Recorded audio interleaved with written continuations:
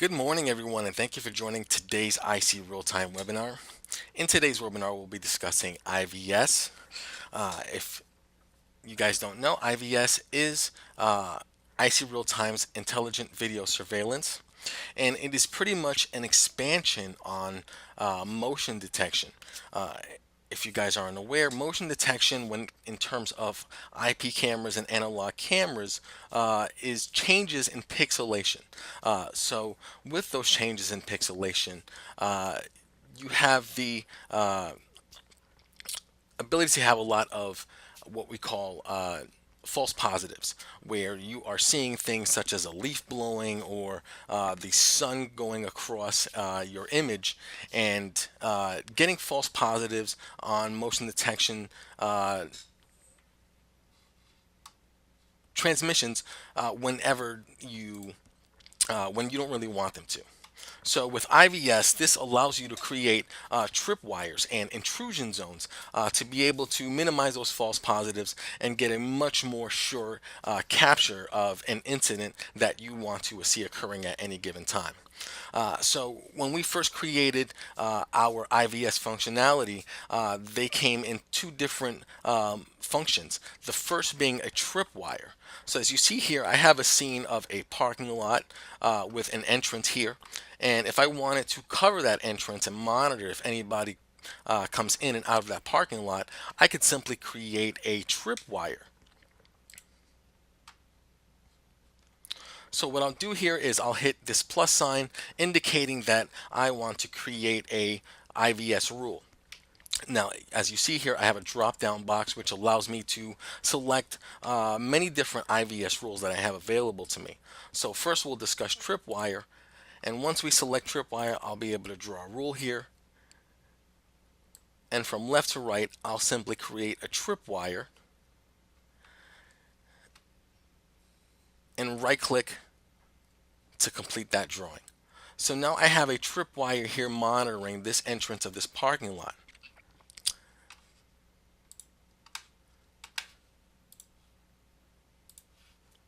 Everyone else is now muted. And just so you guys are aware, I'm going to mute everybody just for now, just in case nobody's covering their microphone. And if that's the case, at the end of the webinar, I will unmute everyone to answer any questions on any of the topics that we've covered today. So now, as you see, I've created my tripwire, and I can select the direction that I want this tripwire to function. So I can select A to B, which is leaving the parking lot, or B to A, which is entering the parking lot, or I can select to have both directions monitored. And you would generally specify a specific direction in cases as such as a guard gate or what have you.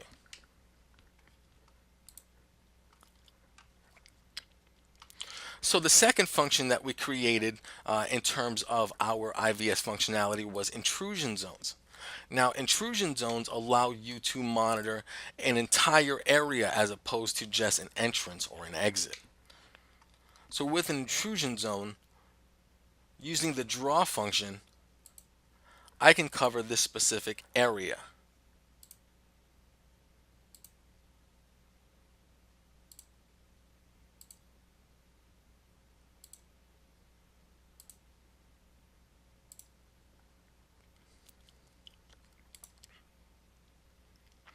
Now, if an object I want to monitor enters, exits, or both, as well as occupies that area, I'll get a notification immediately as to that object entering this specific area.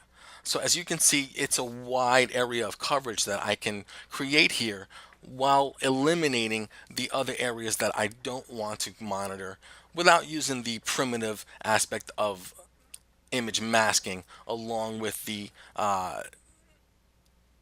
pixelation that's really prone to false positives.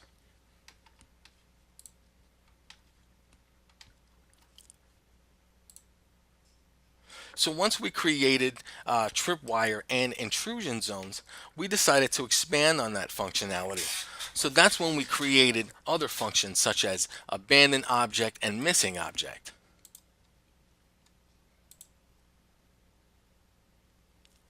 So abandoned object and missing object allows you to monitor things that either you want to monitor if they are removed from that area of interest, or if an object has been placed in an area of interest. So for example, I can create missing object and create a rule around this truck trailer. So what I'll do here is I'll monitor this truck trailer alone.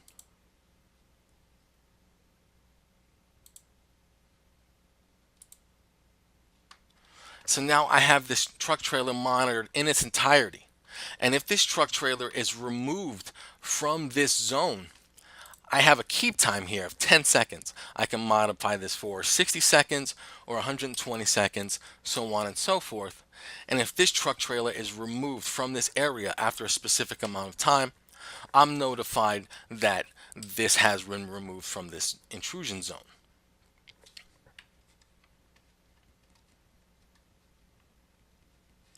Alternatively,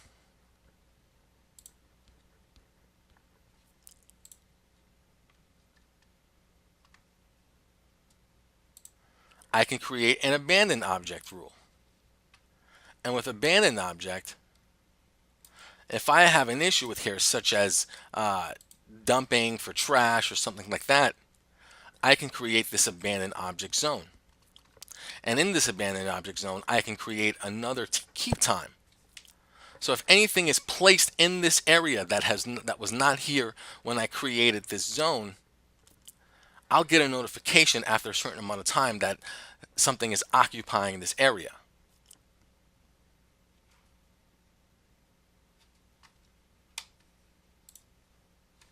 Now, keep in mind that these kinds of configuration settings are great for monitoring an area when you don't have someone who can continuously walk around the building or something like that, or it can eliminate the need for someone to do any kind of patrolling utilizing these kind of functionality. So as you can see, this is a great way to sell this as a value add for anyone who is interested in, as well as monitoring their area, enhancing that monitored area so they have to minimize manpower.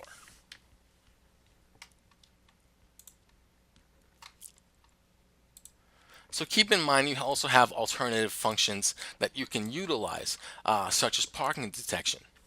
Now, parking detection pretty much functions very much in the same way as abandoned object. As something enters that specific subject area, and after a specific keep time, notifies you that there is an object in this area. So again here, instead of setting up this zone for dumping or trash, I can set this up as a way to monitor parking areas. And if I have an issue with somebody parking in this back area here, I can set up parking detection. And after a specific keep time, I'll get an alert or begin to record that someone is parked in that area. Now, it might seem redundant when we do have the abandoned object setting, but keep in mind these are specific notifications. So along with our smart ICRSS remote client software and our mobile applications, you'll be able to get specific notifications that you can configure. So if you've set this up for parking, you know that this is a parking violation issue as opposed to just an abandoned object issue.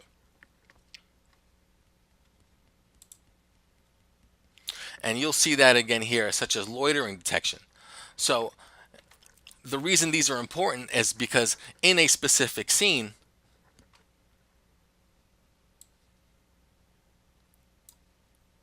you can create functions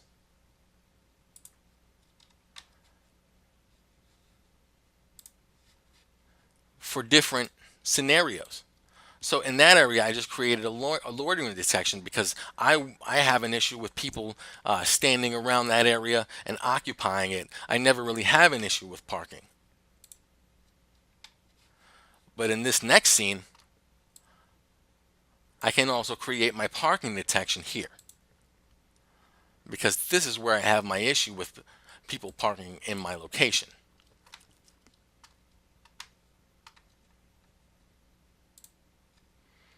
And as you can see, I can continue to make different rules to accommodate the scene that I have at hand.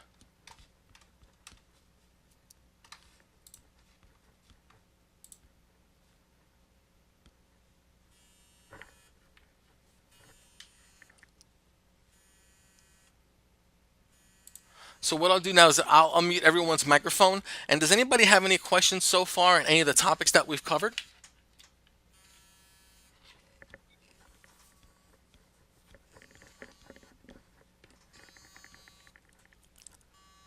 Any question on configuration, the different functionality of any of the rules that we've configured?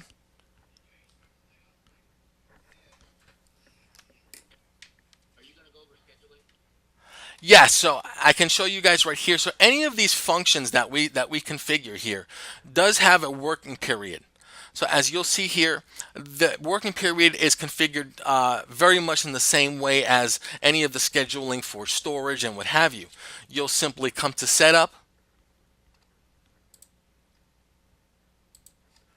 and here in setup, you can configure whether you want this to operate within a given time frame from 9 a.m. to 5 p.m. You can specify whether you want these functions to occur only Monday through Friday or weekends only. So you have full functionality in terms of the working periods that you can create for all of these specific rules that you create for the scene in question.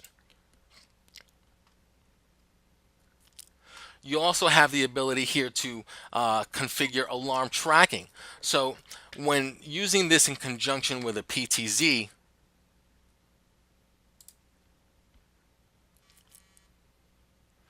you can create an intrusion zone. And once that intrusion zone is entered, exited, or occupied, the PTZ will begin to track that object of interest to within its range of motion.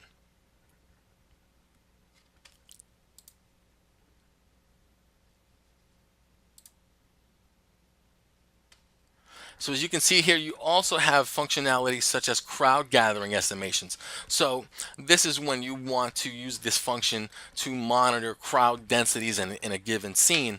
It can give you that in a notification as well as on-screen display. Now, do keep in mind when it comes to configuring IVS and all of its function, when you want to use this with notifications, you have a send email checkbox here. And if you configure that, if you check that send email checkbox, you will have to come here to network and SMTP, which is the email protocol. And you're going to want to configure your email address.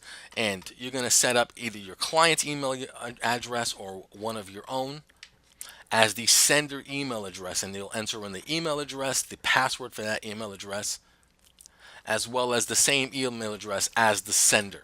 Okay, so you're using this as a proxy email. And then you'll set up a receiver. Now, I'm showing you guys this, but really I don't recommend this. If you guys are familiar with our ICRSS Pro software, it does come with the functionality to receive and push those notifications through the application. I would highly suggest that you do use that application as opposed to email, just because it seems old hat to us here at IC Real Time. We do leave you guys the function to be able to do so, but the ICRSS Pro application does really allow you to push those notifications directly to the app and then keep those notifications self-contained in that application as well. And if you're familiar with our ICRSS Pro application, that's going to be under the alarm configuration tab, and you'll see your push config, and you'll simply need to enable that. And once you do, you can specify whether you want to receive these notifications in a live view setting. So where you open up and you receive your push notification, it takes you immediately to the camera in question. You can set it up for video playback as well as a snapshot. And not only that, you can then configure the application push notifications for specific IVS settings, such as the different ones that I created in here in IVS. And you can also specify any other settings, such as motion detection, the NVR overheating, any of the functional issues of the NVR. You can receive notifications for those specifically all through our application. So I really, really am trying to move people away from email notification and onto utilizing our app for receiving notifications. It's a great selling point for the utilization of our apps.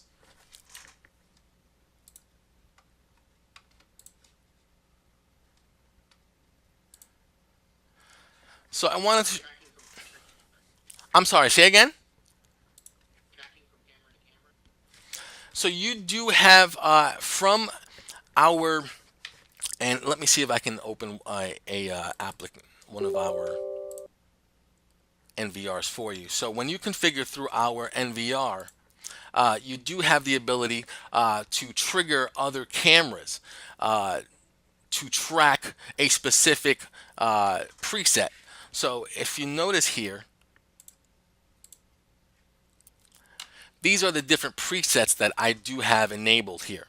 And a preset is pretty much a determined location from the PTZ. And in those presets, you can zoom out, you can change positions, you can use the full functions of your PTZ in each preset.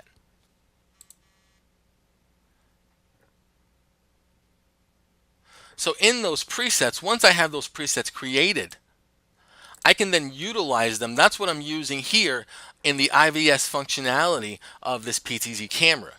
I'm utilizing these scenes in different presets. So as you can see, this expands on the functionality of these cameras because I can then take these presets that I have created and I can add them to a tour. So now this PTZ is going to move from preset to preset in a given time frame whilst monitoring each of those presets IVX functions. So it really expands on the IVS functionality when you utilize this along with a PTZ camera. Now, in our NVRs, you do have the ability, one of the options under IVS, and the only difference you'll see here is you'll have the ability to then push out a notification to another PTZ camera if you have one on site. And that PTZ camera, you'll then specify what preset it should move to. So if you have this same location, you have a PTZ at the end of this corridor here, and a vehicle moves through my intrusion zone, not only will I receive a notification, it will wake up the other PTZ, and if it was not looking at this specific area, it will tell it to move to the preset monitoring this area. So now you have two cameras monitoring the same subject area and tracking the same object. So it really increases the chances of identification when you've got more than one camera monitoring this given area.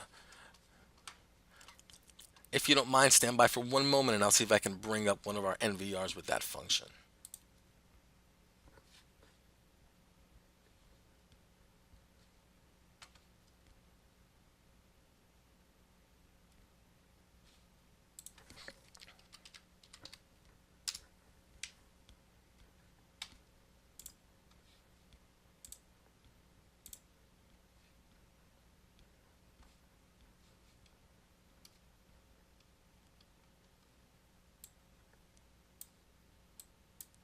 Yeah, unfortunately, this is one of my older units. I don't have one of my newer NVRs available, my newer 6000 series. But where you're going to see this feature set is in your K series units. So your 7000 series K units, which is our entry level with an onboard PoE.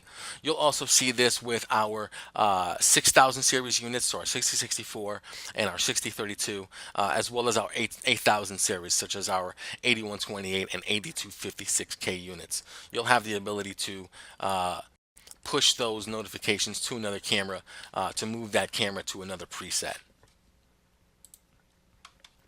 But as you guys can see here, this is, along with IVS functionality, along with PTZ functions, really expands on the functions of IVS.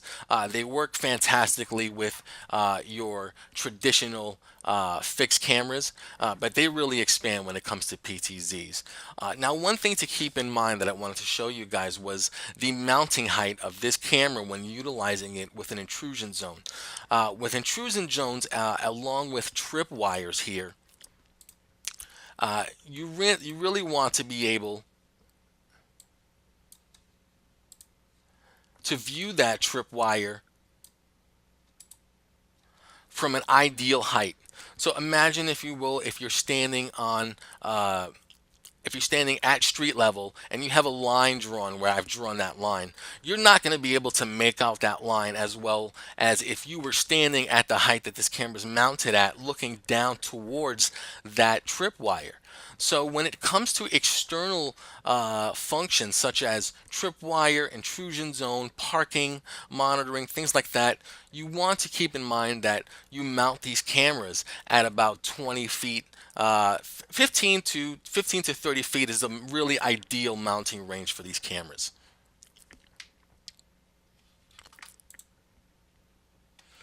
Anybody else have any questions on any of the functionality of IVS?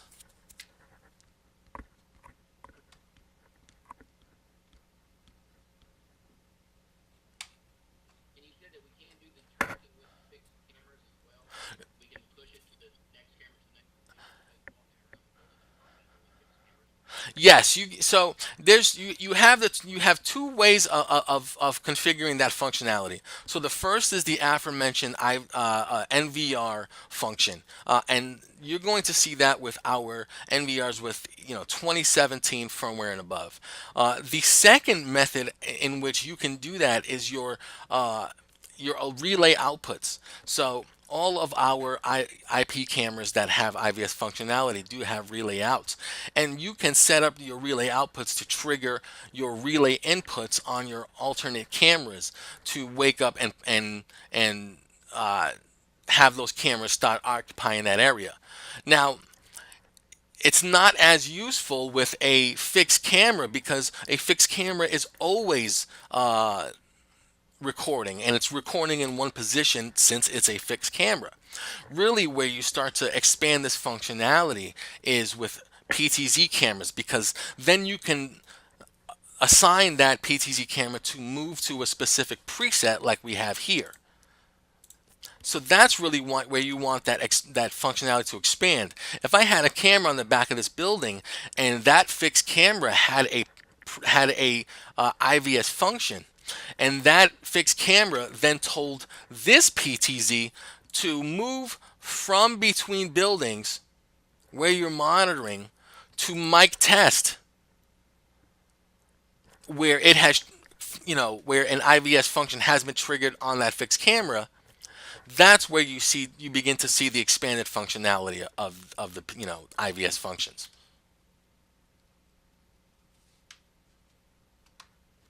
But keep in mind, you can trigger any, other fixed camera, but a fixed camera is always going to be monitoring an area anyways. If it doesn't have any pan or tilt functionality, it really can only capture what it's filming at any given time.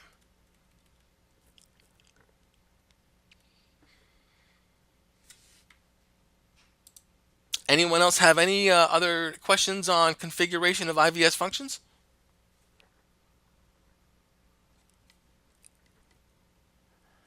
All right, well, I'll take that as a no. Thank you, everyone, for joining us today at IC Real Time.